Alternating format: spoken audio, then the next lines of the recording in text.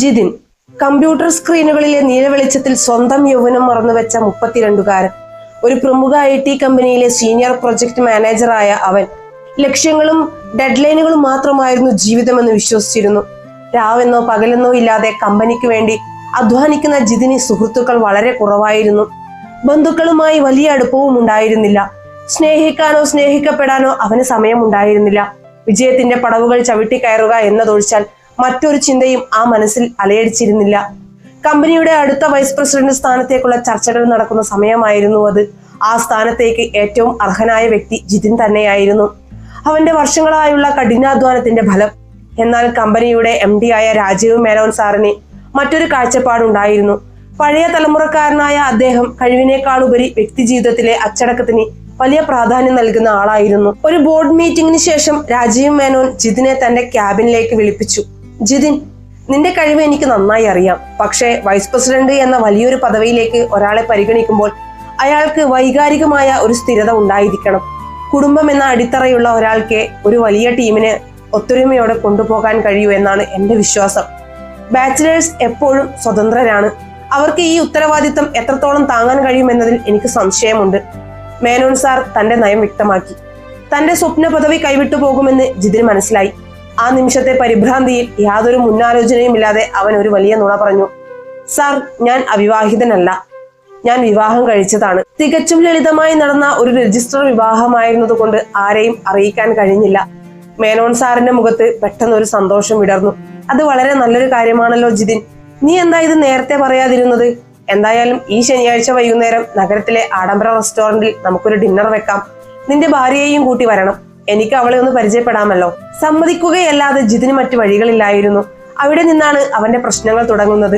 ഒരു സാങ്കല്പിക ഭാര്യയെ എവിടെ നിന്ന് കൊണ്ടുവരും? ഒടുവിൽ സുഹൃത്ത് വഴി പരിചയപ്പെട്ട ഒരു ജൂനിയർ സീരിയൽ നടിയുമായി അവൻ കരാറുണ്ടാക്കി. മേനോൻ സാറിന് മുന്നിൽ 1 മണിക്കൂർ ഭാര്യയായി അഭിനയിക്കുക, അതിനു പകരമായി നല്ലൊരു തുക. അതായിരുന്നു തീരുമാനം. ശനിയാഴ്ച വൈകുന്നേരം പുറത്ത് നല്ല മഴയുണ്ടായിരുന്നു. ആഡംബര റെസ്റ്റോറന്റിന്റെ ഒരു മൂലയിലുള്ള ടേബിളിൽ ജിതിൻ കാത്തിരുന്നു. എന്നാൽ സമയമെടുക്കും തോറും കാര്യങ്ങൾ കൈവിട്ടുപോയി. കൂലി കൂടുതൽ വേണമെന്ന് ആവശ്യപ്പെട്ട് ആ നടി അവസാന നിമിഷം വലിയൊരു തർക്കമുണ്ടാക്കി. താൻ ആവശ്യപ്പെട്ട പണം നൽകാൻ ജിതിൻ തയ്യാറല്ലെന്ന് കണ്ടതോടെ അവൾ അവനെ ചീത്ത വിളിച്ച് അവിടെ നിന്ന് ഇറങ്ങിപ്പോയി. മേനോൻ സാർ ഏതു നിമിഷവും കടന്നു വരും. നുണ കണ്ടുപിടിക്കപ്പെട്ടാൽ പ്രമോഷൻ മാത്രമല്ല, ചിലപ്പോൾ ജോലി തന്നെ പോയേക്കാം. നെറ്റിയിൽ പൊടിഞ്ഞ വിയർപ്പ് അവൻ കൈലേസ് കൊണ്ട് തുടച്ചു. എന്ത് ചെയ്യണമെന്നറിയാതെ പകച്ചു നിൽക്കുമ്പോഴാണ് തൊട്ടടുത്ത ടേബിളിൽ ഇരിക്കുന്ന ഒരു കാഴ്ച ജിതിന്റെ കണ്ണിലുടക്കിയത്. തികച്ചും സാധാരണയായ ഒരു പെൺകുട്ടി. ലളിതമായ ഒരു കോട്ടൺ സാരി ആയിരുന്നു വേഷം. മുഖത്ത് വല്ലാത്തൊരു ക്ഷീണമുണ്ടെങ്കിലും ആ കണ്ണുകളിൽ വല്ലാത്തൊരു ആകർഷണീയത ഉണ്ടായിരുന്നു. അവൾക്കൊപ്പം 12 വയസ്സ് തോന്നിക്കുന്ന ഒരു ആൺകുട്ടിയും ഇരിപ്പുണ്ടായിരുന്നു. അവർ ഒരു ചെറിയ കേക്ക് മുറിച്ച് എന്തോ ആഘോഷിക്കുകയാണ്. വളരെ സാധാരണക്കാരായ അവർ ആ വലിയ റെസ്റ്റോറന്റിന്റെ പളപളപ്പിൽ കുറച്ചൊന്ന് അപരിചിതത്വം അനുഭവിക്കുന്നുണ്ടായിരുന്നു. അവളുടെ പേര് ഗൗരി എന്നാണ്. കൂടെയുള്ളത് അവളുടെ മകൻ അപ്പുവും. ജീവിതത്തിലെ കൈപ്പേറിയ അനുഭവങ്ങളെ തനിച്ചു നേരിടുന്നവളായിരുന്നു ഗൗരി. മകന്റെ പിറന്നാൾ ദിവസമായതുകൊണ്ട് മാത്രം അവന് നൽകിയ വാക്ക് പാലിക്കാനായി തന്റേതല്ലാത്തൊരു ചുറ്റുപാടിലേക്ക് വന്നതായിരുന്നു അവൾ. മറ്റൊന്നും ചിന്തിക്കാൻ ജിതിന് സമയമുണ്ടായിരുന്നില്ല. അവൻ പതിയെ അവരുടെ ടേബിളിനരികിലേക്ക് നടന്നു. ക്ഷമിക്കണം, പെട്ടെന്ന് വന്ന് സംസാരിക്കുന്നതിൽ ബുദ്ധിമുട്ട് തോന്നരുത്. ജിതിന്റെ ശബ്ദം ഇടർന്നുണ്ടായിരുന്നു. എനിക്കൊരു വലിയ സഹായം വേണം. എന്റെ ബോസ് ഇപ്പോൾ ഇവിടെ വരും. അദ്ദേഹത്തിന്റെ മുന്നിൽ വെറും 1 മണിക്കൂർ നേരത്തേക്ക് ഒന്ന് എന്റെ ഭാര്യയായി അഭിനയിക്കാമോ? എന്റെ പ്രൊമോഷൻ ഈ ഒരു കാര്യത്തെ ആശ്രയിച്ചാണ് ഇരിക്കുന്നത്. നിങ്ങൾ ചോദിക്കുന്ന എന്ത് പ്രതിഫലവും ഞാൻ നൽകാം. ഗൗരി ഞെട്ടലോടെ അവനെ നോക്കി. കോപത്തോടെ അവൾ എഴുന്നേൽക്കാൻ ഭാവിച്ചു. എന്താണോ താൻ വിചാരിച്ചത്? കാശുണ്ടെങ്കിൽ ആരെയും വിലക്കെടുക്കാമെന്നാണോ? മര്യാദയ്ക്ക് ഇവിടെ നിന്ന് പോയില്ലെങ്കിൽ ഞാൻ മാനേജറെ വിളിക്കും. ജിതിൻ കൈകൾ കൂപ്പി. പ്ലീസ്, എന്നെ ഒന്ന് മനസ്സിലാക്കൂ. ഞാനൊരു മോശം ഉദ്ദേശത്തോടെ വന്നതല്ല. എന്റെ ഗതികേട് കൊണ്ടാണ്. അപ്പോഴാണ് ഗൗരിയുടെ കൂടെ ഉണ്ടായിരുന്ന അപ്പു ഇടപെട്ടത്. അവൻ വളരെ മിടുക്കനായിരുന്നു. അമ്മേ, 1 മിനിറ്റ്. അവൻ ജിതിനെ നോക്കി ചിരിച്ചു. അങ്കിൾ ചോദിക്കുന്ന കാശ് തരാമോ? അപ്പു, നീ എന്താ ഈ പറയുന്നത്? ഗൗരി അവനെ ശാസിച്ചു. അമ്മ ചുമ്മാതിരി. എന്റെ കയ്യിലിരിക്കുന്ന ഫോൺ കഴിഞ്ഞ 3 വർഷമായിട്ട് വർക്ക് ചെയ്യുന്നില്ല. അങ്കിൾ, എനിക്കൊരു പുതിയ ഐഫോൺ വാങ്ങി തരുമെങ്കിൽ അങ്കിളിന്റെ ബോസ് പോകുന്നതുവരെ ഞങ്ങൾ ഇവിടെ ഇരിക്കാം. അപ്പു ഒരു കച്ചവടക്കാരനെ പോലെ പറഞ്ഞു. ഗൗരിക്ക് തന്റെ ചെവികളെ വിശ്വസിക്കാനായില്ല. അവൾ എന്തോ പറയാൻ വായ തുറന്നതും റെസ്റ്റോറന്റിന്റെ ഗ്ലാസ് വാതിലുകൾ തള്ളി തുറന്ന് രാജീവ് മേനോൻ സാർ ചിരിച്ചുകൊണ്ട് അവരുടെ അടുത്തേക്ക് നടന്നു വന്നു. ഹലോ ജിതിൻ, സോറി, മഴ കാരണം ലേറ്റായി എന്ന് പറഞ്ഞുകൊണ്ട് മേനോൻ സാർ ഗൗരിയെയും അപ്പുവിനെയും നോക്കി. പിന്നീട് അവിടെ സംഭവിച്ചതെല്ലാം ഒരു സ്വപ്നം പോലെയായിരുന്നു. ഒരു നിമിഷം കൊണ്ട് പരസ്പരം പരിചയം പോലും ഇല്ലാത്ത 3 പേർ ഒരു വ്യാജ കുടുംബമായി മാറുകയായിരുന്നു. ജിതിന്റെ ജീവിതത്തിലെ ഏറ്റവും വലിയ നാടകത്തിന് അവിടെ തിരശ്ശീല അഭിനയത്തിന്റെ തിരശ്ശീലകൾക്കും അപ്പുറം റെസ്റ്റോറന്റിന്റെ സ്ഫടികവാതിലുകൾ തുറന്ന് അകത്തേക്ക് കടന്നു വന്ന രാജീവ് മേനോൻ സാറിന്റെ സാന്നിധ്യം ആ മേശയ്ക്കു ചുറ്റുമുള്ള അന്തരീക്ഷത്തെ പാടെ മാറ്റിമറിച്ചു. ശീതീകരിച്ച ആ വലിയ മുറിയിലും ജിതിന്റെ നെറ്റിയിൽ വിയർപ്പുകണങ്ങൾ പൊടിയുന്നുണ്ടായിരുന്നു. വരാനിരിക്കുന്ന വലിയൊരു കൊടുങ്കാറ്റിനെ നേരിടാൻ പോകുന്ന നാവികന്റെ മരവിപ്പായിരുന്നു അവന്. ഗൗരിയുടെ കണ്ണുകളിൽ ഭയവും അനിശ്ചിതത്വവും നേളിച്ചു നിന്നു. തികച്ചും അപരിചിതനായ ഒരാളുടെ ജീവിതത്തിലെ ഏറ്റവും സങ്കീർണമായ ഒരു നാടകത്തിൽ യാതൊരു മുന്നൊരുക്കങ്ങളുമില്ലാതെ താൻ ഒരു കഥാപാത്രമായി മാറുകയാണെന്ന സത്യം ഉൾക്കൊള്ളാൻ അവൾ പാടുപെടുകയായിരുന്നു. എന്നാൽ അവൾക്കരികിലിരുന്ന അപ്പു മാത്രം തികഞ്ഞ ശാന്തതയിലായിരുന്നു. പുതിയൊരു സ്മാർട്ട് ഫോൺ എന്ന വലിയ മോഹം അവനിലെ പേടിയെ മുഴുവൻ ഇല്ലാതാക്കുകയും പകരം അവനെ ഒരു മികച്ച അഭിനേതാവാക്കി മാറ്റുകയും ചെയ്തിരുന്നു. ഇതാണല്ലേ ആ ഭാഗ്യവതി? മേനോൻ സാർ വളരെ സൗഹാർദ്ദപരമായി ചിരിച്ചുകൊണ്ട് ചോദിച്ചു. അദ്ദേഹത്തിന്റെ ശബ്ദം ആ നിശബ്ദതയെ ഭേദിച്ചു. ജിതിന്റെ തൊണ്ട വരണ്ടുണങ്ങിയിരുന്നു. എങ്കിലും സർവ്വധൈര്യവും സംഭരിച്ചുകൊണ്ട് അവൻ വിക്കി വിക്കി പറഞ്ഞു, അതെ സാർ, ഇതാണ് ഗൗരി, എന്റെ ഭാര്യ. ഒരു നിമിഷം ഗൗരിയുടെ നോട്ടം ജിതിന്റെ മുഖത്ത് തറച്ചു നിന്നു. ആ മിഴികളിൽ മറച്ചുവെക്കാനാവാത്ത ദേഷ്യവും അതൃപ്തിയും ഉണ്ടായിരുന്നു. എങ്കിലും സാഹചര്യത്തിന്റെ ഗൗരവം മനസ്സിലാക്കിയ അവൾ തന്റെ ചുണ്ടുകളിൽ അതിവേഗം ഒരു കൃത്രിമ ചിരി വരുത്തി തീർക്കുകയും ചെയ്തു. സീറ്റിൽ നിന്ന് അല്പം എഴുന്നേറ്റ് മേനോൻ സാറിനെ നോക്കി ബഹുമാനത്തോടെ കൈകൂപ്പുകയും ചെയ്തു. അവളുടെ ലളിതമായ ഭാവങ്ങളും അടക്കമുള്ള പെരുമാറ്റവും അദ്ദേഹത്തിൽ വലിയൊരു മതിപ്പുളവാക്കി. പിന്നെ ഇതാണ്, ജിതിൻ അപ്പുവിനെ ചൂണ്ടിക്കാണിച്ചുകൊണ്ട് പറയാൻ തുടങ്ങിയതും അപ്പു തന്നെ സംസാരത്തിൽ ഇടപെട്ടു. മകൻ, ഞാൻ അപ്പു. അപ്പു വളരെ ആവേശത്തോടെ പറഞ്ഞു. അത് കേട്ടയുടനെ മേനോൻ സാറിന്റെ പുരികങ്ങൾ മുകളിലേക്ക് ഉയർന്നു. അദ്ദേഹത്തിന്റെ മുഖത്ത് നേരിയൊരു ആശയക്കുഴപ്പം പ്രകടമായി. മകനോ? ജിതിൻ, നീ പറഞ്ഞത് നിന്റെ കല്യാണം കഴിഞ്ഞിട്ട് വെറും 1 വർഷമേ ആയുള്ളൂ എന്നല്ലേ? അദ്ദേഹത്തിന്റെ ചോദ്യം ഒരു കൂരമ്പ് പോലെയാണ് ജിതിന്റെ നെഞ്ചിൽ തറച്ചത്. ജിതിന്റെ ശ്വാസം നിലച്ചു പോകുന്നത് പോലെ അവന് തോന്നി. സ്വന്തം നുണകളുടെ വലയിൽ അവൻ തന്നെ കുരുങ്ങിയിരിക്കുന്നു എന്ന് മറുപടി പറയണമെന്നറിയാതെ അവൻ പകച്ചു നിന്നു. അവിടെയാണ് ഒരു സ്ത്രീയുടെ അതിജീവന പാടവം ഗൗരിയിലൂടെ പുറത്തു വന്നത്. അവൾ വളരെ ശാന്തമായി, എന്നാൽ എല്ലാവർക്കും ബോധ്യപ്പെടുന്ന രീതിയിൽ പറഞ്ഞു, സാർ, ഇവൻ എന്റെ ആദ്യത്തെ വിവാഹത്തിലുള്ള കുട്ടിയാണ്. ജിതിനെ പരിചയപ്പെടുമ്പോൾ എന്റെ ജീവിതം തീർത്തും തകർന്ന അവസ്ഥയിലായിരുന്നു. അനാഥത്വത്തിന്റെ ഇരുട്ടിൽ നിന്നിരുന്ന എനിക്കും എന്റെ മോനും ഒരു പുതുജീവൻ നൽകിയത് ജിതിനാണ്. അവളുടെ ആ വാക്കുകൾ മേനോൻ സാറിന്റെ ഹൃദയത്തിൽ ആഴത്തിൽ സ്പർശിച്ചു. അദ്ദേഹത്തിന്റെ കണ്ണുകളിൽ ജിതിനോടുള്ള ബഹുമാനം ഇരട്ടിക്കുന്നത് ആ നിമിഷം വ്യക്തമായി കാണാമായിരുന്നു. സ്വന്തം ജീവിതത്തിന്റെ സുഖ സൗകര്യങ്ങൾക്കപ്പുറം പിന്തുണ ആവശ്യമുള്ള ഒരു അമ്മയെയും കുഞ്ഞിനെയും ചേർത്ത് പിടിക്കാൻ ജിതിൻ കാണിച്ച ആ വലിയ മനസ്സിനെ അദ്ദേഹം മനസ്സുകൊണ്ട് അഭിനന്ദിച്ചു. പിന്നീടുള്ള 1.5 മണിക്കൂർ ഒരു ഗംഭീര നാടകത്തിന്റെ അരങ്ങേറ്റമായിരുന്നു. മേനോൻ സാർ അവർക്കൊപ്പം ഇരുന്നു. വിലയേറിയ വിഭവങ്ങൾ മേശപ്പുറത്ത് വന്നുകൊണ്ടിരുന്നു. ആ അത്താഴ വിരുന്നിനിടയിൽ ഒരുപാട് ചോദ്യങ്ങൾക്ക് അവർ ഉത്തരം നൽകേണ്ടി വന്നു. തങ്ങൾ ആദ്യമായി കണ്ടുമുട്ടിയതിനെ കുറിച്ചും പിന്നീടുണ്ടായ പ്രണയത്തെക്കുറിച്ചുമുള്ള മനോഹരമായ ഒരു കഥ അവിടെ വെച്ച് സാങ്കല്പികമായി മെനഞ്ഞെടുക്കാൻ ജിതിനും ഗൗരിയും നിർബന്ധിതരായി. ഓരോ ചോദ്യങ്ങൾക്കും വളരെ ശ്രദ്ധയോടെയും എന്നാൽ തികഞ്ഞ യാഥാർത്ഥ്യബോധത്തോടെയുമാണ് അവർ മറുപടി നൽകിയത്. ജിതിന്റെ ഏകാന്തത നിറഞ്ഞ ലോകത്ത് ഗൗരിയും അപ്പുവും എങ്ങനെ കടന്നുവന്നു എന്ന അവരുടെ സാങ്കല്പിക കഥ മേനോൻ സാർ അതിയായ താല്പര്യത്തോടെയാണ് കേട്ടിരുന്നത്. റെസ്റ്റോറന്റിലെ മങ്ങിയ വെളിച്ചത്തിൽ ഗൗരിയുടെ മുഖം കൂടുതൽ മനോഹരമായി ജിതിന് തോന്നി. അപ്പുവിനെ സ്വന്തം കൈകൊണ്ട് ഭക്ഷണം വിളമ്പി കൊടുക്കുന്ന അവളുടെ മാതൃത്വം ജിതിനെ വല്ലാതെ ആകർഷിച്ചു. അപ്പു ആകട്ടെ വളരെ സമർത്ഥമായി ആ അച്ഛൻ മകൻ ബന്ധം അഭിനയിച്ചു ഫലിപ്പിച്ചു. ഇടയ്ക്കിടെ ജിതിന്റെ കൈകളിൽ പിടിച്ചും അച്ഛൻ എന്ന് സ്നേഹത്തോടെ വിളിച്ചും അവൻ മേനോൻ സാറിന്റെ ചെറിയ സംശയങ്ങളെ പോലും ഇല്ലാതാക്കി. ജീവിതത്തിൽ ഇന്നുവരെ സ്വന്തമെന്ന് പറയാൻ ആരുമില്ലാതിരുന്ന ജിതിന് ആ നിമിഷങ്ങളിൽ അനുഭവപ്പെട്ടത് വല്ലാത്തൊരു പൂർണ്ണതയായിരുന്നു. ആ ചെറിയ മേശയ്ക്ക് ചുറ്റുമിരുന്ന് ആഹാരം കഴിക്കുമ്പോൾ അതൊരു അഭിനയമാണെന്ന കാര്യം പോലും ചില നിമിഷങ്ങളിൽ അവൻ മറന്നുപോയിരുന്നു.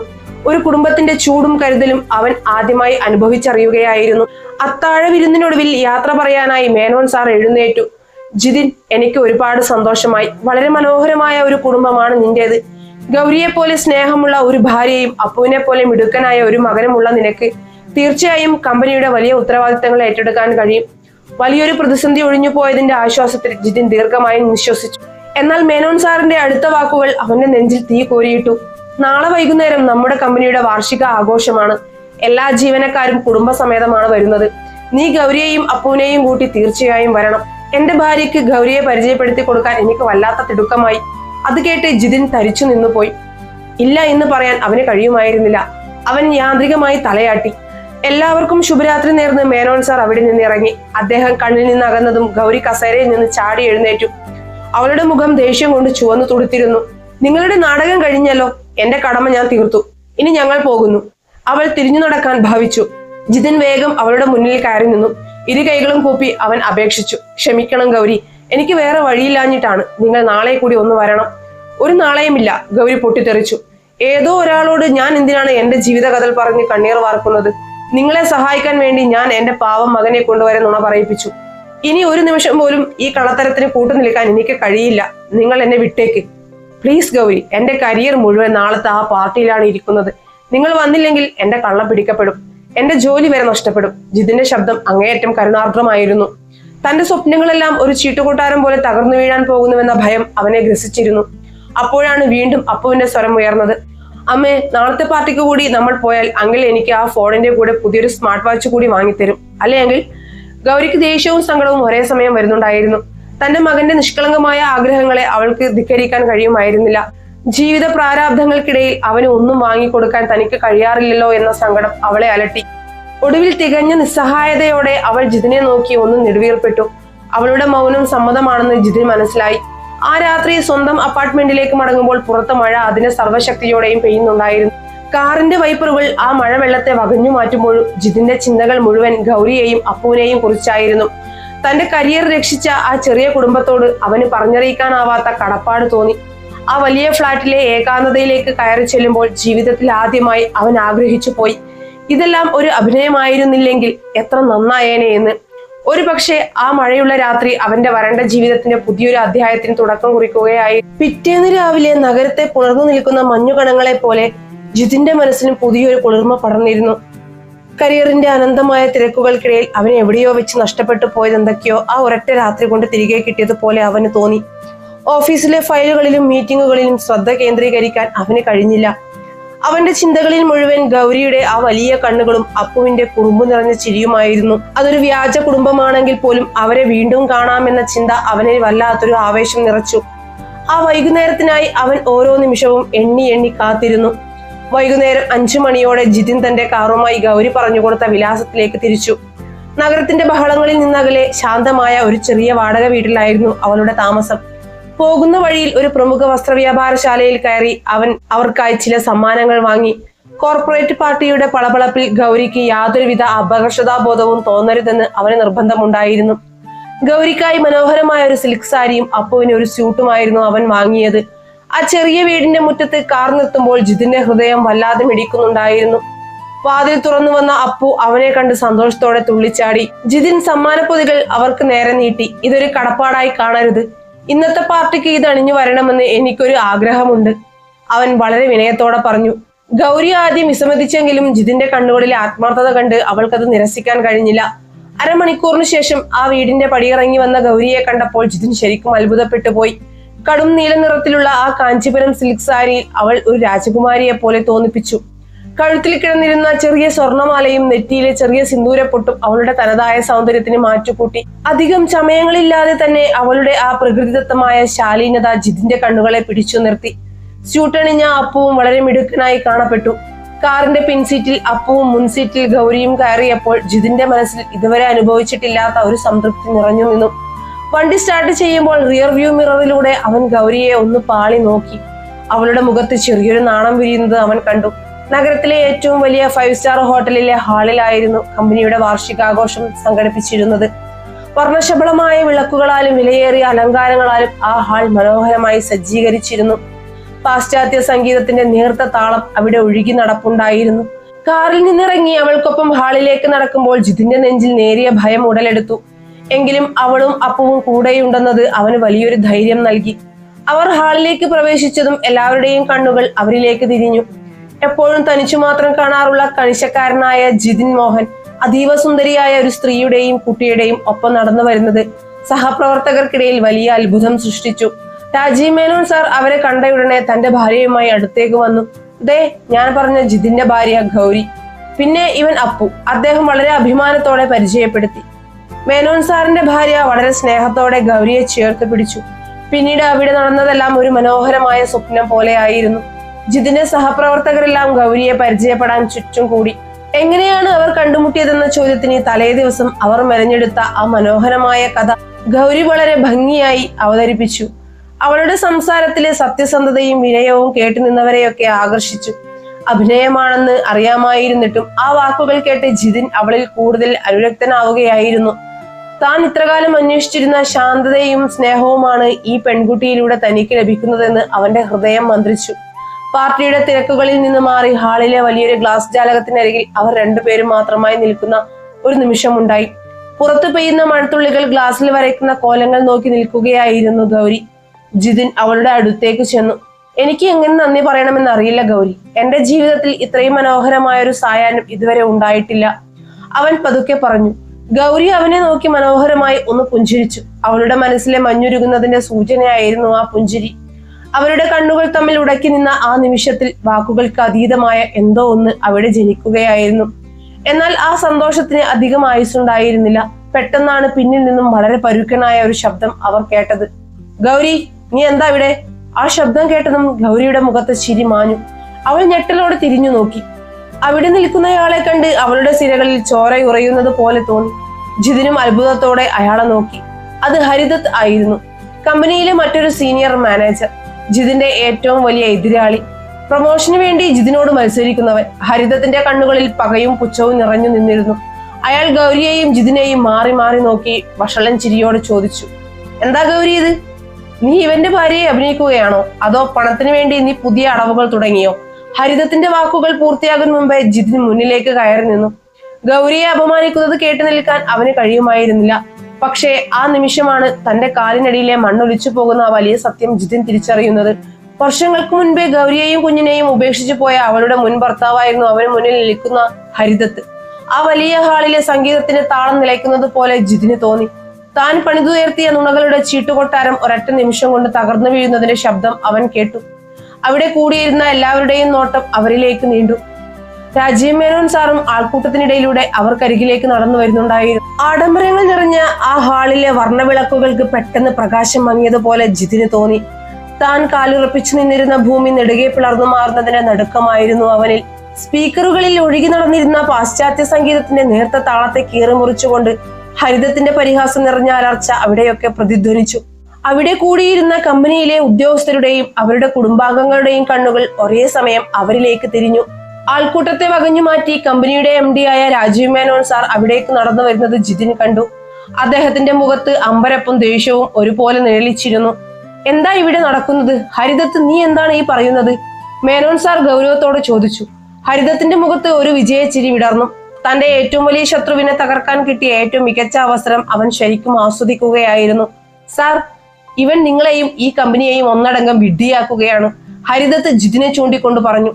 പ്രൊമോഷൻ കിട്ടാൻ വേണ്ടി ഇവൻ കെട്ടിച്ചമച്ച ഒരു നാടകമാണിത്. ഇവന്റെ കൂടെ നിൽക്കുന്ന ഈ ഗൗരിയെ എനിക്ക് വളരെ നന്നായിട്ട് അറിയാം. കാരണം അവൾ എന്റെ മുൻ ഭാര്യയാണ്. എന്റെ പണം മുഴുവൻ ഊറ്റിക്കുടിച്ച ശേഷം എന്നെ ഉപേക്ഷിച്ചു പോയവൾ. ഇപ്പോൾ ഇവൻ കാശ് കൊടുത്തിട്ട് ഇവന്റെ വ്യാജഭാര്യയായി അവൾ ഇവിടെ വന്ന് അഭിനയിക്കുകയാണ്. ആ വാക്കുകൾ ഒരു കൂരമ്പ് പോലെയാണ് ഗൗരിയുടെ നെഞ്ചിൽ തറച്ചത്.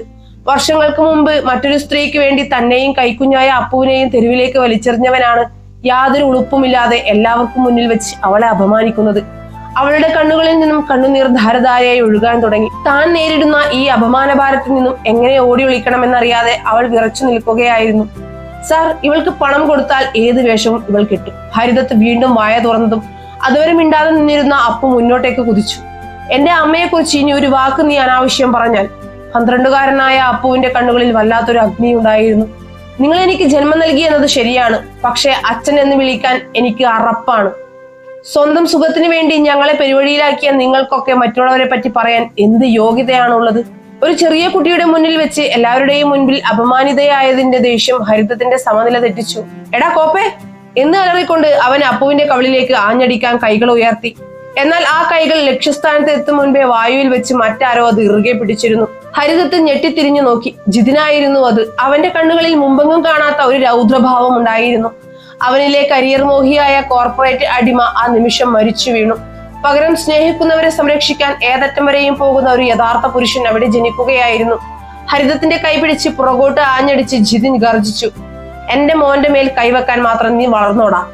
ജിതിന്റെ ശബ്ദത്തിലെ ആഴവും ഗാംഭീര്യവും ഹരിദത്തിനെ ഒന്ന് ഭയപ്പെടുത്തി. പിന്നീട് ജിതിൻ നേരെ തിരിഞ്ഞത് രാജീവ് മേനോൻ സാറിന് നേരെയാണ്. അവിടെ നിന്നവരോടായി അവൻ വളരെ ഉറക്കെ എന്നാൽ തികഞ്ഞ വ്യക്തതയോടെ പറഞ്ഞു, അതെ സാർ, ഹരിദത്ത് പറഞ്ഞത് സത്യമാണ്. വൈസ് പ്രസിഡന്റ് സ്ഥാനം കിട്ടാൻ വേണ്ടി ഞാൻ പറഞ്ഞ ഒരു വലിയ നുണയായിരുന്നു ആ വ്യാജ വിവാഹം. എന്റെ തെറ്റ് മറയ്ക്കാൻ വേണ്ടി ഞാൻ പണം കൊടുത്തു കൊണ്ടുവന്നവരാണ് ഗൗരിയും അപ്പുവും. ഹാളിലാകെ ഒരു വലിയ മുറുമുറുപ്പ് ഉയർന്നു. മേനോൻ സാർ കടുത്ത നിരാശയോടെ അവനെ നോക്കി. പക്ഷെ സാർ, ജിതിൻ തുടർന്നു.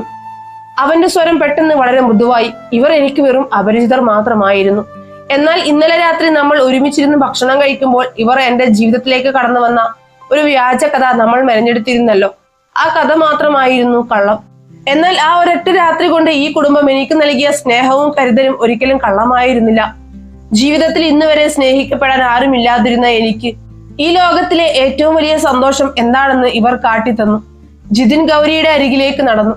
അവളുടെ കണ്ണുനീർ തുടച്ചുകൊണ്ട് അവൻ എല്ലാവരോടുമായി പറഞ്ഞു, ജീവിതത്തിൽ ഒറ്റപ്പെട്ടു പോയ ഒരു പാവം സ്ത്രീയാണ് ഗൗരി. ഇവരുടെ കഷ്ടപ്പാടുകൾക്ക് ഏക കാരണം ഇവിടെ ഈ നിൽക്കുന്ന ഹരിദത്താണ്. ഒരു തെറ്റും ചെയ്യാത്ത ഇവർ എനിക്ക് വേണ്ടി ഈ സമൂഹത്തിന് മുന്നിൽ അപമാനിതരാകുന്നത് എനിക്ക് നോക്കി നിൽക്കാൻ കഴിയില്ല. എന്റെ ജോലി, എന്റെ പ്രൊമോഷൻ, അതൊന്നും ഇപ്പോൾ എനിക്ക് വലുതല്ല. എനിക്കിപ്പോൾ ആവശ്യം ഇവരെയാണ്. ജിതിൻ ഗൗരിയുടെ കൈകളിൽ മുറുകെ പിടിച്ചു. മറുകൈ കൊണ്ട് അവൻ അപ്പുവിനെയും ചേർത്ത് പിടിച്ചു. അത്ഭുതത്തോടെയും അതിലേറെ ആരാധനയോടെയുമാണ് ഗൗരി അവനെ നോക്കിയത്. ഇന്ന് വരെ ആരും അവൾക്ക് വേണ്ടി ഇങ്ങനെ സംസാരിച്ചിട്ടില്ല. അവളെ ഇത്രമേൽ ചേർത്ത് പിടിച്ചിട്ടില്ല. അവളുടെ സങ്കടങ്ങളെല്ലാം ഒരു നിമിഷം കൊണ്ട് അലിഞ്ഞില്ലാതാവുന്നത് അവൾ അറിഞ്ഞു. എന്നോട് ക്ഷമിക്കണം സാർ. എന്റെ രാജി നാളെ രാവിലെ എന്റെ ടേബിളിൽ ഉണ്ടാകും. രാജീവ് മേനോൻ സാറിനെ നോക്കി അവസാനമായി ഇത്രയും പറഞ്ഞുകൊണ്ട് ചുറ്റും കൂടി നിൽക്കുന്നവരുടെ അമ്പരപ്പുകളെ വകഞ്ഞു മാറ്റി ഗൗരിയെയും അപ്പുവിനെയും ചേർത്ത് പിടിച്ച് ജിതിൻ ആ വലിയ ഹാളിൽ നിന്നും പുറത്തേക്ക് നടന്നു. തോറ്റുപോയ ഒരുവനായല്ല, മറിച്ച് ജീവിതത്തിലെ ഏറ്റവും വലിയ യുദ്ധം ജയിച്ച ഒരു പോരാളിയെ പോലെയാണ് അവൻ ആ പടി ഇറങ്ങിയത്. ഇരുൾ വീണ നഗരത്തിലേക്ക് അവർ നടന്നിറങ്ങുമ്പോൾ മഴ തോർന്ന് ആകാശം തെളിഞ്ഞു തുടങ്ങിയിരുന്നു. അവിടെ ഒരു പുതിയ പ്രഭാതത്തിന്റെ വരവറിയിച്ചുകൊണ്ട് നക്ഷത്രങ്ങൾ മിന്നിത്തിളങ്ങാൻ തുടങ്ങിയിരുന്നു. ആഡംബര ഹോട്ടലിന്റെ പടിയിറങ്ങി പുറത്തേക്ക് വരുമ്പോൾ രാത്രിക്ക് വല്ലാത്തൊരു ശാന്തത കൈവന്നിരുന്നു. പെയ്തൊഴിഞ്ഞ മഴയ്ക്കു ശേഷം ആകാശം തെളിഞ്ഞു തുടങ്ങിയിരുന്നു. കാർമേഘങ്ങൾക്കിടയിലൂടെ മിന്നിത്തിളങ്ങുന്ന നക്ഷത്രങ്ങൾ അവരുടെ പുതിയ യാത്രയ്ക്ക് വഴികാട്ടുന്നത് പോലെ തോന്നി. ഹാളിലെ ബഹളങ്ങളിൽ നിന്നും പരിഹാസങ്ങളിൽ നിന്നും അകലെ കാർ പാർക്കിങ്ങിലെ മങ്ങിയ വെളിച്ചത്തിൽ നിൽക്കുമ്പോൾ ജിതിന്റെ മനസ്സിൽ സമ്മിശ്രമായ വികാരങ്ങളായിരുന്നു. വർഷങ്ങളായി താൻ കെട്ടിപ്പടുത്ത കരിയറും സ്വപ്നങ്ങളും ഒരു നിമിഷം കൊണ്ട് ഇല്ലാതായിരിക്കുന്നു എന്ന സത്യം അവനെ സങ്കടപ്പെടുത്തിയില്ല. മറിച്ച് തന്റെ കൈകളിൽ മുറുകെ പിടിച്ചു നിൽക്കുന്ന ഗൗരിയെയും അപ്പുവിനെയും കണ്ടപ്പോൾ അവനിൽ വല്ലാത്തൊരു സമാധാനമാണ് നിറഞ്ഞു നിന്നത്. കാറിന്റെ ഡോർ തുറക്കുന്നതിന് മുൻപ് ജിതിൻ ഗൗരിക്ക് നേരെ തിരിഞ്ഞു. അവന്റെ മുഖത്ത് കുറ്റബോധത്തിന്റെ നിഴലുകൾ ഉണ്ടായിരുന്നു. എനിക്ക് മാപ്പ് തരണം ഗൗരി. ജിതിന്റെ ശബ്ദം നേരിയ തോതിൽ ഇടറി. എന്റെ സ്വാർത്ഥതയ്ക്ക് വേണ്ടി നിങ്ങളെ ഞാൻ ഈ നാടകത്തിലേക്ക് വലിച്ചിഴച്ചു. അവസാനം നിങ്ങൾക്ക് ഏറ്റവും വേദന സമ്മാനിച്ച ഒരാളുടെ മുൻപിൽ വെച്ച് അപമാനിതയാകേണ്ടി വന്നു. എല്ലാം എന്റെ തെറ്റാണ്. ജിതിൻ പറഞ്ഞു മുഴുവനാക്കുന്നതിന് മുൻപേ ഗൗരി തന്റെ മൃദുവായ വിരലുകൾ കൊണ്ട് അവന്റെ ചുണ്ടുകൾ ചേർത്ത് പിടിച്ചു. അവളുടെ വലിയ കണ്ണുകളിൽ അപ്പോൾ നന്ദിയുടെയും അതിലേറെ സ്നേഹത്തിന്റെയും അശ്രുബിന്ദുക്കൾ തിളങ്ങുന്നുണ്ടായിരുന്നു. ഒരിക്കലും അങ്ങനെ പറയരുത് ജിതിൻ. കഴിഞ്ഞ കാലങ്ങളിൽ എന്റെ സങ്കടങ്ങളിലും ഒറ്റപ്പെടലുകളിലും എനിക്കൊരു താങ്ങായി നിൽക്കാൻ ആരും ഉണ്ടായിരുന്നില്ല. എന്നെ അപമാനിക്കാൻ ശ്രമിച്ചവർക്ക് മുൻപിൽ പതറിപ്പോയ നിമിഷങ്ങളിൽ എനിക്ക് വേണ്ടി സംസാരിക്കാൻ ഒരാൾ ഉണ്ടായിരുന്നെങ്കിലെന്ന് ഞാൻ ഒരുപാട് ആഗ്രഹിച്ചിട്ടുണ്ട്. ഇന്ന് എന്റെ മുൻപിൽ ഒരു സംരക്ഷകനെ പോലെ നിങ്ങൾ നിന്നപ്പോൾ, എനിക്ക് വേണ്ടി നിങ്ങൾ നിങ്ങളുടെ സ്വന്തം കരിയർ പോലും വലിച്ചെറിഞ്ഞപ്പോൾ എന്റെ ജീവിതത്തിൽ ആദ്യമായി ഞാൻ സുരക്ഷിതയാണെന്ന് എനിക്ക് തോന്നി. അവൾ ജിതിന്റെ നെഞ്ചിലേക്ക് ചാഞ്ഞു. അപ്പോൾ അവരെ രണ്ടുപേരെയും ചേർത്ത് പിടിച്ച് സന്തോഷത്തോടെ ചിരിച്ചു. അവിടെ ആ രാത്രിയുടെ നിശബ്ദതയിൽ ഒരു വാടകയ്ക്കെടുക്കപ്പെട്ട കുടുംബം യഥാർത്ഥ സ്നേഹത്തിന്റെ ഊഷ്മളതയിലേക്ക് വഴിമാറുകയായിരുന്നു. അവർ പരസ്പരം മെനഞ്ഞെടുത്ത ആ സാങ്കല്പികമായ കഥ ഇപ്പോൾ അവരുടെ സ്വന്തം ജീവിത കഥയായി മാറിയിരിക്കുന്നു. പിറ്റേന്ന് രാവിലെ ഓഫീസിലെ അന്തരീക്ഷം വളരെ മൂകവും സംഘർഷഭരിതവുമായിരുന്നു. സഹപ്രവർത്തകരുടെ മുഖങ്ങളിൽ സംശയങ്ങളും ചോദ്യങ്ങളും നിറഞ്ഞു നിന്നു. എന്നാൽ ജിതിൻ വളരെ ശാന്തനായിരുന്നു. ഒരു ചെറിയ കാർഡ്ബോർഡ് പെട്ടിയിലേക്ക് തന്റെ ടേബിളിൽ ഉണ്ടായിരുന്ന സാധനങ്ങളെല്ലാം അവൻ അടുക്കി വെച്ചു. തൊട്ടപ്പുറത്തെ ക്യാബിനിൽ നിന്നും വിജയഭാവത്തിൽ ഹരിദത്ത് അവനെ നോക്കി വഷളൻ ചിരിച്ചിരിക്കുന്നുണ്ടായിരുന്നു. പ്രൊമോഷൻ തനിക്ക് ഉറപ്പായെന്ന അഹങ്കാരം ആ നോട്ടത്തിൽ വ്യക്തമായിരുന്നു. തന്റെ രാജിക്കത്ത് ഒരു വെളുത്ത കടലാസിൽ അച്ചടിച്ചെടുക്കുമ്പോൾ ജിതിന്റെ വിരലുകൾ ഒട്ടും വിറച്ചിരുന്നില്ല. ഒരു പുതിയ ജീവിതം തന്നെ കാത്തിരിപ്പുണ്ടെന്ന ബോധ്യം അവന് കരുത്തു നൽകി. അപ്പോഴാണ് കമ്പനിയുടെ MD ആയ രാജീവ് മേനോൻ സാറിന്റെ ക്യാബിനിൽ നിന്നും ജിതിനെ അന്വേഷിച്ചുകൊണ്ട് ഫോൺ കോൾ വന്നത്. തന്റെ കയ്യിലുള്ള രാജിക്കത്തുമായി അവൻ ആ ക്യാബിനിലേക്ക് നടന്നു. ക്യാബിനിൽ മേനോൻ സാർ വളരെ ഗൗരവത്തിൽ ഇരിപ്പുണ്ടായിരുന്നു. ജിതിൻ രാജിക്കത്ത് അദ്ദേഹത്തിന്റെ ടേബിളിലേക്ക് വെച്ചു. സാർ, ഇന്നലെ നടന്ന സംഭവങ്ങൾക്ക് ഞാൻ പൂർണ്ണ ഉത്തരവാദിത്വം ഏൽക്കുന്നു. കമ്പനിയുടെ അന്തസ്സിനെ ഞാൻ മങ്ങലേൽപ്പിച്ചു. ഇതെന്റെ രാജിക്കത്താണ്. മേനോൻ സാർ ആ കത്തെടുത്ത് ഒന്ന് കണ്ണോടിച്ചു. പിന്നീട് ജിതിനെ നോക്കി നേരിയൊരു പുഞ്ചിരിയോടെ അദ്ദേഹം ചോദിച്ചു, ജിതിൻ, ഒരു വലിയ കമ്പനിയെ നയിക്കാൻ കഴിവുള്ള ഒരു ലീഡർക്ക് വേണ്ട ഏറ്റവും വലിയ യോഗ്യത എന്താണെന്ന് നിനക്കറിയാമോ? ജിതിൻ മറുപടി പറയാതെ നിശബ്ദനായി നിന്നു. ബുദ്ധിശക്തിയോ അഹോരാത്രം പണിയെടുക്കാനുള്ള കഴിവോ മാത്രമല്ല ജിതിൻ. ഒരു നല്ല ലീഡർക്ക് വേണ്ടത് പ്രതിസന്ധി ഘട്ടങ്ങളിൽ സ്വന്തം ആളുകളെ സംരക്ഷിക്കാനുള്ള നട്ടലും തെറ്റുകൾ ഏറ്റു പറയാനുള്ള സത്യസന്ധതയുമാണ്. മേനോൻ സാർ തന്റെ കസേരയിൽ നിന്ന് എഴുന്നേറ്റു. അദ്ദേഹം ആ രാജ്യപത്രം രണ്ടായി കീറി ചവറ്റുകുട്ടയിലേക്ക് ഇട്ടു. ജിതിൻ അത്ഭുതത്തോടെ അദ്ദേഹത്തെ നോക്കി. ഇന്നലെ നീ ചെയ്തത് തെറ്റ് തന്നെയാണ്. പക്ഷേ നിന്റെ ആ വലിയ തെറ്റിനേക്കാൾ ഞാൻ വിലമതിക്കുന്നത് നീ അവിടെ കാണിച്ച ധൈര്യത്തെയാണ്. കരിയർ നഷ്ടപ്പെടുമെന്ന് ഉറപ്പായിട്ടും ഒരു പാവം സ്ത്രീയെയും കുഞ്ഞിനെയും ആൾക്കൂട്ടത്തിന് നടുവിൽ തനിച്ചാക്കി നീ ഓടി ഒളിച്ചില്ല. സ്വന്തം തെറ്റി എല്ലാവർക്കും മുൻപിൽ നീ ഏറ്റു പറഞ്ഞു. ഹരിതത്തിനെ പോലെ ക്രൂരനായ ഒരുവന്റെ കയ്യിൽ നിന്നും അവരെ നീ സംരക്ഷിച്ചു. ഇത്രയും കാലം ഒരു യന്ത്രത്തെ പോലെ പണിയെടുത്തിരുന്ന ജിതിൻ മോഹന് ഇത്രയും വലിയൊരു ഹൃദയമുണ്ടെന്ന് ഞാൻ ഇന്നലെയാണ് തിരിച്ചറിഞ്ഞത്. മേനോൻ സാർ ജിതിന്റെ തോളിൽ തട്ടി. ഈ കമ്പനിയുടെ പുതിയ വൈസ് പ്രസിഡന്റ് നീയാണ് ജിതിൻ. നിന്റെ കയ്യിൽ ഈ സ്ഥാപനം കൂടുതൽ സുരക്ഷിതമായിരിക്കുമെന്ന് എനിക്കിപ്പോൾ ഉറപ്പുണ്ട്. പിന്നെ ഹരിതത്തിനെ ഞാൻ ഇന്ന് തന്നെ പിരിച്ചുവിടുകയാണ്. സ്ത്രീകളോട് എങ്ങനെ പെരുമാറണമെന്ന് അറിയാത്ത ഒരാൾ എന്റെ കമ്പനിയിൽ വേണ്ട. ജിതിന്റെ കണ്ണുകൾ ഈറനണിഞ്ഞു. അവൻ നന്ദിയോടെ മേനോൻ സാറിനെ നോക്കി തൊഴുതു. ഒരു വലിയ കൊടുങ്കാറ്റ് ഒഴിഞ്ഞു പോയതിന്റെ ആശ്വാസത്തോടെ അവൻ തന്റെ ക്യാബിനിലേക്ക് തിരികെ നടക്കുമ്പോൾ അവന്റെ ഫോൺ ശബ്ദിച്ചു. ഗൗരി ആയിരുന്നു അത്. ഓഫീസിന്റെ പടിയിറങ്ങി പുറത്തേക്ക് വരുമ്പോൾ പ്രഭാത സൂര്യന്റെ ഇളം വെയിലിൽ അവനെ കാത്ത് ഗൗരിയും അപ്പവും നിൽപ്പുണ്ടായിരുന്നു. ഇന്നലകളിലെ ബാധ്യതകളിൽ നിന്നകന്ന് യഥാർത്ഥ സ്നേഹത്തിന്റെയും വിശ്വാസത്തിന്റെയും പുതിയൊരു ലോകം അവന് സ്വാഗതം ചെയ്തു. കരിയറിന് മാത്രം പ്രാധാന്യം നൽകിയിരുന്ന ജിതിന്റെ ജീവിതത്തിലേക്ക് നിറങ്ങൾ ചാർത്തിക്കൊണ്ട് ആ സ്നേഹബന്ധം ഒരു പുതിയ അധ്യായത്തിന് തുടക്കം കുറിക്കുകയായിരുന്നു. ഇനിയുള്ള യാത്ര അവർ ഒന്നിച്ചാണ്. സ്നേഹത്താൽ തുന്നിച്ചേർത്ത ഒരു യഥാർത്ഥ കുടുംബമായി. ജിതിന്റെയും ഗൗരിയുടെയും സ്നേഹത്തിന്റെ ഈ കിസ്സ ഇവിടെ പൂർണ്ണമാവുകയാണ്.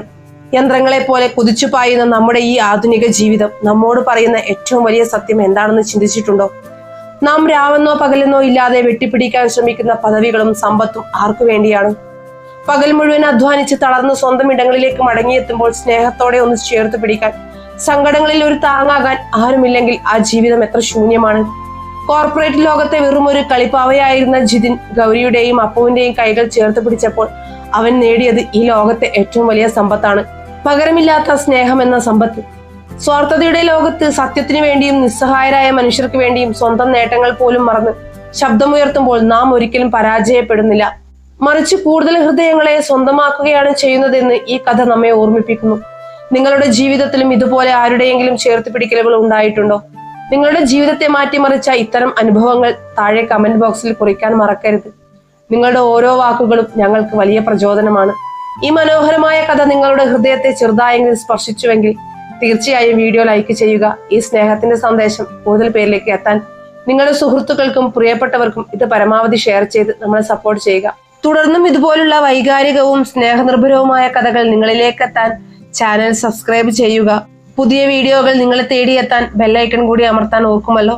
അടുത്ത കഥയിൽ കാണും വരെ പ്രിയരെ, സ്നേഹത്തോടെ നന്ദി, നമസ്കാരം.